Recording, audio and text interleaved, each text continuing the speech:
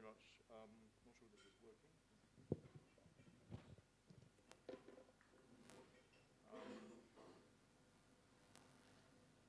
First of all, thank you very much to Amit for collaborating with us on this event today. Thank you very much to Vivek for his comments that I think got us nicely underway.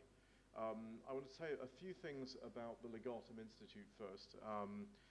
So we at the Legatum Institute, we're a global think tank based in London. We focus on prosperity, the creation of prosperity across a number of different dimensions. I'm the Director of Economic Policy and Prosperity Studies at the Institute. And in that context, we look very much at economic development and economic growth in countries around the world based on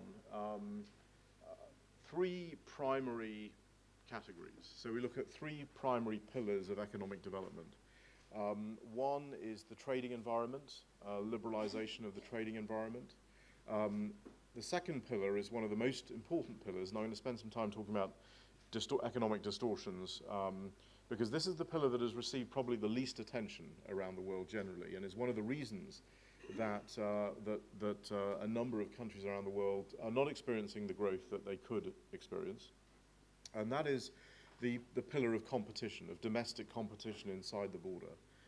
Competition as an organizing economic principle. In other words, I succeed or fail based on the quality of my ideas and my capacity for hard work, and not, connections to the government and so forth, and getting legislation in place that benefits me or prevents my competitors from being able to compete with me. So competition is the second key pillar. And property rights, and we heard a little bit from Vivek about the land issues in India. But property rights is obviously a very, very key component. It's the foundational pillar on which everything else is built. Without property rights, you can't have competition, and you can't have an open trading system. And international trade is simply a case of competition across borders. Competition is the key element here. Let me just, before we get to that, we talk about what we're doing today. We have a study. I mean, some of you, I think, have it. We have some extra copies. If you didn't receive a copy, please come to me or my research associate, Molly Canary, who's over there. And we'll give you copies of this study. We launched this study in May of this year in London, and we are rolling it out today in Delhi in India. This is a study on the Indian economy. It's a study on distortions in the Indian economy. And essentially what we've done in the study is look at the economic constraints to growth in India. What are the specific barriers that prevent economic growth in India across, and we're very prescriptive, very specific legislation, very specific rules that prevent economic growth. What are the solutions?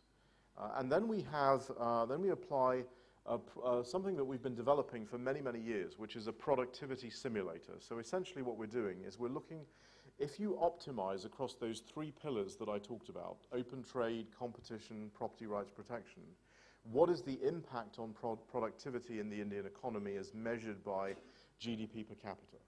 What actually could you see in the Indian economy? What could it become if these things were optimized? Now, obviously, with any government, the optimization of its regulatory and legal environment across those three areas is almost impossible to achieve. I mean, even modest reforms are incredibly difficult to put into place at a national level.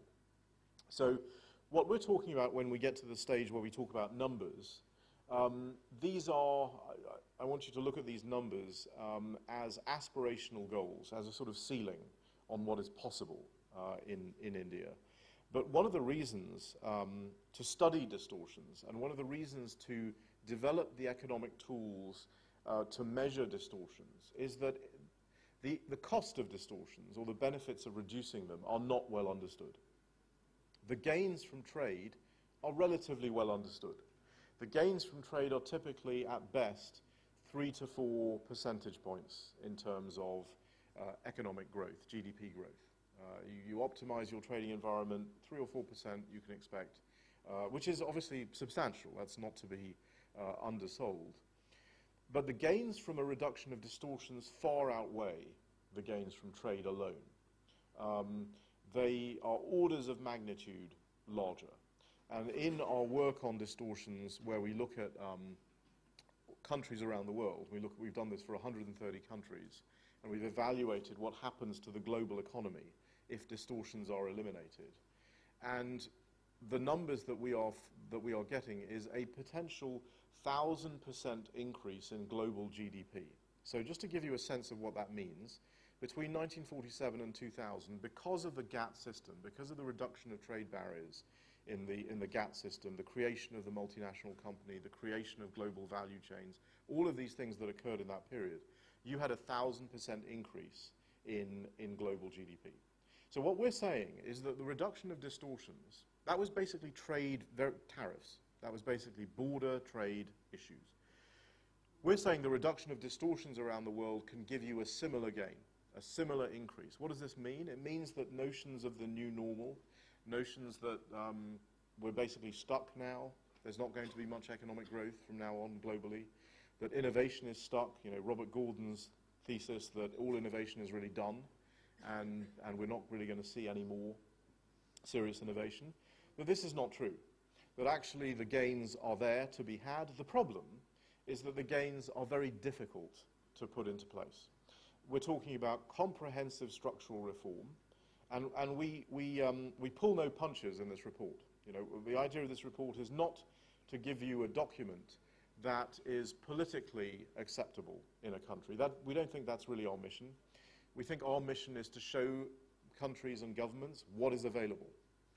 They have to figure out how politically they can get what is available, but showing them the benefits is a really important part of the political debate, because if you can't show people the gains from a reduction of distortion, if you can't put it in numbers, then you will never win the battle against those people who benefit from the distorted environment that exists now. Essentially what we're talking about here, and when we talk about anti-competitive market distortions, ACMDs, what we are talking about with ACMDs are any rules, legislative actions, practices, policies that essentially distort what we talked about, the optimized market where you succeed or fail based on the quality of your ideas and your capacity for hard work, competition. So a rule, for example, that eliminates certain banks from operating because only a few banks satisfy the regulation, and it's put there by those banks so that they don't have to compete with anyone else, that would be an anti-competitive distortion. Local content regulations are anti-competitive distortions. These sorts of things. Anything that either knocks out your competitor or elevates the cost of your competitors in ways that are disproportionate, these are distortions. Now, the government distorts the economy in everything it does. Obviously, just the action of creating a legislation could be regarded as a distortion. Not all distortions are anti-competitive. Not all distortions are bad. We're only talking about those distortions that actually impede the ability of competition on the merits to be the organizing economic principle in the country. Now, what we're finding in India in our study is that productivity, overall productivity, and this is productivity of GDP in India, but it also relates to gains in other countries as a result of India becoming more productive. So there are gains in other countries when India becomes more productive. So that figure of a factor of 19, which is the gain that our simulator projects, if all distortions in India are eliminated, we're not saying that the Indian economy will grow by a factor of 19. What we're saying is that there are many gains from other countries that will come. But the capture rate, what will go back to the Indian economy, if everything is undistorted, is around increasing the size of the Indian economy by a factor of 4. And we'll show you some curves that show what that means in terms of job creation and in terms of poverty alleviation. So what we're encouraging people who read this report to understand is that there are massive gains that are possible in the Indian economy. We would encourage people not to be incremental in their views of what is achievable when these things are done, when these distortions are eliminated. And what this shows is that if all distortions were eliminated, India's GDP per capita ranks it at about 169 in the world right now. That would go to 67th. India would become the 67th global GDP per capita economy. It would create 200 million jobs. This is long-term, over the long-term job creation, and actually reduces absolute poverty, people living below $2.50 a day, to zero. Okay, now remember, this is an aspirational goal. No country in the world will ever achieve the optimized environment across open trade, competition, property rights. The purpose of this is not to say the government should be doing certain things that will create 200 million jobs and cause absolute poverty to go to zero. What we're saying is that is possible if the conditions are optimized, which means that somewhere on that exponential curve that ends with those numbers is where India can be. And it's the job of the government to remove as many of the distortions that exist in the Indian economy that will enable these kinds of numbers, or even some percentage of these kinds of numbers, to be achieved. And just to put that 200 million job number into context, there are 2 million people in India joining the labor force every month. So this is an enormous challenge. And it's an enormous demographic challenge that is faced not only by India, but by a number of countries that have a very young population. We look in the study at 3 different levels. That first bullet there is the third level. It is the most optimized environment. It is the environment that no country will ever achieve, and India, we're not expecting that to ever happen. But it's the top level. There are 2 other levels we talk about. The first level we call L1, which is the optimization across the World Bank Doing Business Index. So you all know about the World Bank Doing Business Index and the focus that the government has had on the World Bank Doing Business Index. If you improve registration of new businesses, those kinds of things, what we're finding is that actually the productivity gain, if all you do is optimize across the World Bank Doing Business Index, if all you do is that, there's a very small productivity gain, 0.07% in the case of India.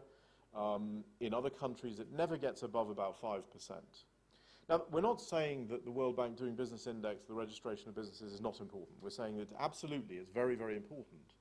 But if you don't deal with the distortions that are more fundamental structurally in the economy, if all you do is the World Bank Doing Business Index stuff, what you'll do is you'll create lots of lemonade stands. You'll create lots of small businesses that are able to function only for a few months because they're not able to compete, because they don't have access to fiscal financial services and financial products. They don't have a flexible labor market in which to operate and in which to hire and fire and so on.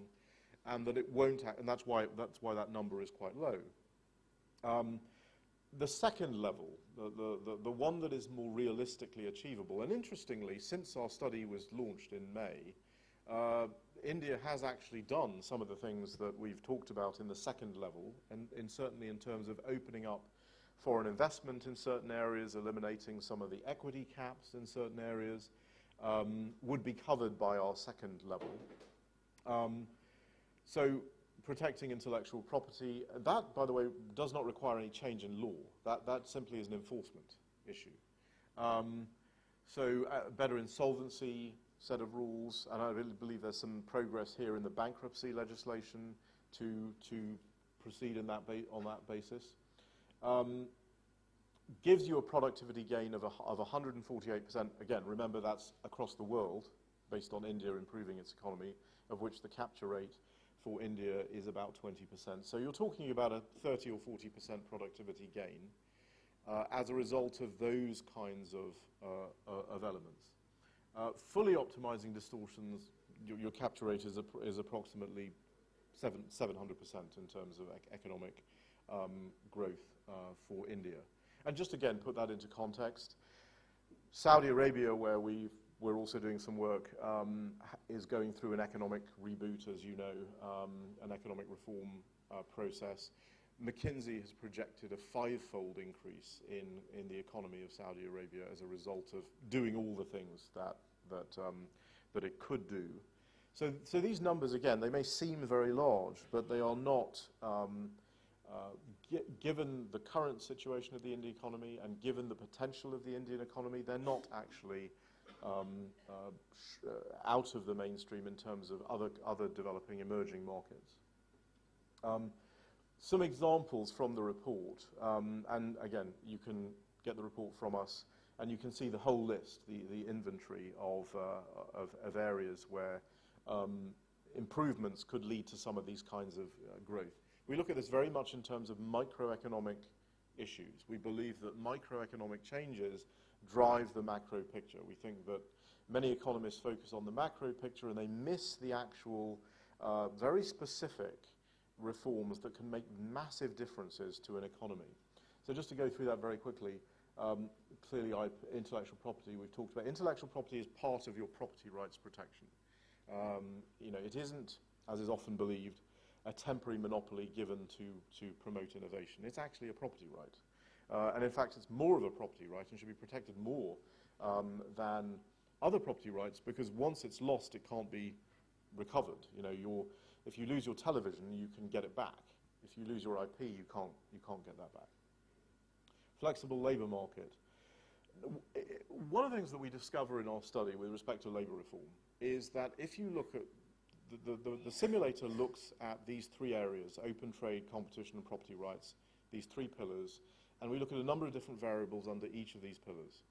And we have a fairly parsimonious model that is able to predict, with about a 90% accuracy, GDP movements of countries. So to give you some context there, the World Economic Forum Global Competitiveness Index is about 19% accurate in terms of predictive capacity of GDP movements among countries. Why is ours better? Because we only focus on inputs, we only look at the micro-regulatory environment. We believe you'll have a good port system if you optimize trade, competition, and property rights. We don't need to ask you, do you have a good port system? We think that's going to be taken care of. And therefore, the proof of the pudding is in the accuracy rate of the model. But with labour, within that overall competition pillar, the second pillar, labour market reform, flexibility of the labour market, is fully 40% of that whole pillar. And again, to put that in context, private antitrust, which most people think of when they think of competition, is 19% of that pillar. Government distortions that are anti-competitive is 23% of that pillar. So government distortions and labour is 2/3 of the entire competition category. So labour, I can't state strongly enough, flexibility of the labour market is incredibly important. It's incredibly important not only for big companies, it's even more important for small companies, because if you're an entrepreneur, you're going to make a mistake when you hire people. Your first few people, you're going to make a mistake. You're going to want to rationalize. You're going to want to bring new people in. What makes it hard to fire people makes it impossible to hire them. And so what's interesting about the labour category is not all the things that people traditionally think of when they think of a flexible labour market are weighted equally. The hiring and firing piece is the most important piece. Now, in India, you have some very specific other issues with respect to labour in terms of just how you negotiate with unions and which unions you're negotiating with, and the whole sort of rage associated with multiple union activity. And that's very important to deal with. That's a little different from the unionization issues in other countries. Unionization issues in other countries are less important to the labour flexibility of the labour market characteristic. But here, it is somewhat important. And I know that the central government is working on this. I also know that at the state level, a lot of these issues in flexible labour markets are also being worked on, and that's very encouraging, because if that can work at the state level, that will liberate a huge amount of economic activity. Localization and local content requirements. So we've heard a lot about Make in India. And if Make in India, and we don't specifically, we're agnostic about Make in India in the study, but if Make in India is about creating the kind of regulatory environment with flexible labor markets, with access to financial services, financial capital, that makes India a manufacturing hub, that enables it to take, to divert some manufacturing from places like China, which is massively distorted, far more distorted than India, then that's a good thing.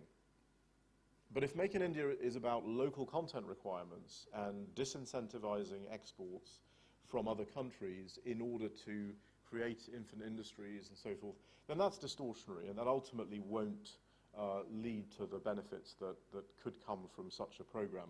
We like the program, we like the concept, but it's got to be about creating an environment where actors around the world and supply chains around the world want to locate in India because it's the best place to be, not because they're made to locate in India, because if that happens, they simply won't produce as much overall. So, it's a non-zero-sum global economy. Just to give you a little anecdote on that, my previous life, I was the head of trade of Squire Sanders in Washington. We acted for the Tech CEO Council, which was the CEOs of all the 7 major tech companies, and I was talking to the CEO of Hewlett-Packard, and she was saying, every day I make a decision. I've got a factory in Plattsburgh, and I've got a factory in Netherlands, and every day, and they're making the same thing, and every day I have to figure out which, not she obviously, but the whole apparatus, where I'm going to manufacture, where the balance is going to be. If you have laws like Buy America, and the US has tremendous local content requirements that are very damaging to its economy and to the world's global economy. If you have that law in place that make me manufacture in my factory in Plattsburgh, all I'm going to do is the combination of both factories is going to make less. Fewer people are going to be employed in both places. It isn't going to lead to, I'm not going to move all my production to the US because of Buy America. It doesn't work that way. You just make less production, less employment, fewer jobs, more poverty. So local content requirements are a major barrier to economic activity. And then obvious things like reduction of tariffs and duties and so forth, agricultural subsidization, reduction of FDI caps, the equity caps in certain industries, price supports are obviously in agriculture, and Professor Rangan's going to talk about agricultural subsidization in a moment, in the context of our cotton, textile and garment studies. Price supports are very damaging to market competition. The tax code, we mentioned GST, we've mentioned other methods of clarifying the tax code at federal and state levels. And I would also add one to this, which is financial services.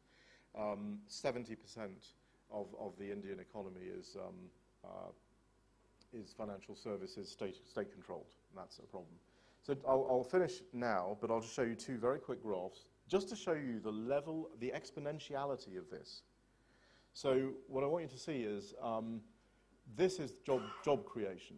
Now, where the Indian government, where you might end up, is you might end up here or here. That's 1.6 million jobs. So you might end up here. So it's not massively above this. The further up this curve you can be, the better off you're going to be. As you go up this curve, it gets progressively harder and harder politically to do these reforms. So a lot of these reforms at this sort of level may be done at the state level. And here's what happens to poverty in India. And again, this is the best environment. You won't get this. But somewhere on this curve is going to lead to substantial poverty reduction in India. So I will conclude there. There's a lot more in the study, and we would recommend you read it.